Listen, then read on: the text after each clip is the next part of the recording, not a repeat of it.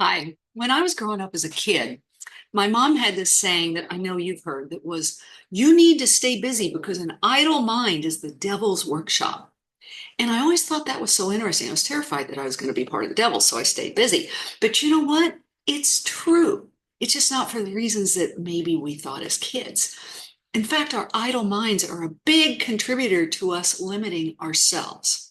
So, how many times do you catch yourself grousing or grumbling about something as you drive to and from work or with the kids, as you clean the house or do the dishes, as you get dressed in the morning?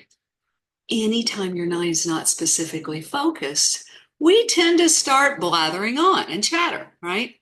Well, here's the thing, our minds listen to what we say to ourselves even more so than others.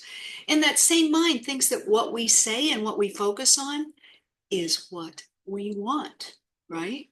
That's why idle mind time is the devil's workshop, because if you're grumbling and grousing, you aren't exactly focused on creating a positive life, now are you? And by the way, I am the worst at it. When I first started paying attention to my idle mind time, like when I was riding my horse or cleaning the dishes or whatever, right? I was horrified. I would argue with people about things that I was afraid they might argue with me about.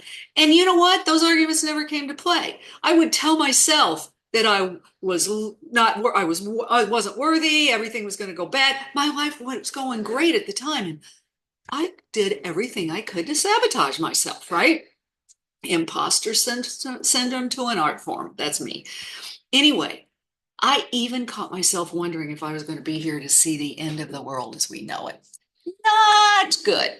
So here's a little tip. Start paying attention to that idle mind. And when you're grumbling and grousing and negative, stop it. Just pivot and tell yourself good things about yourself. Dream your dreams. Be a dreamer because that's how you begin to unleash the life you deserve. Try it. And I really want to know how it works. Okay. Bye.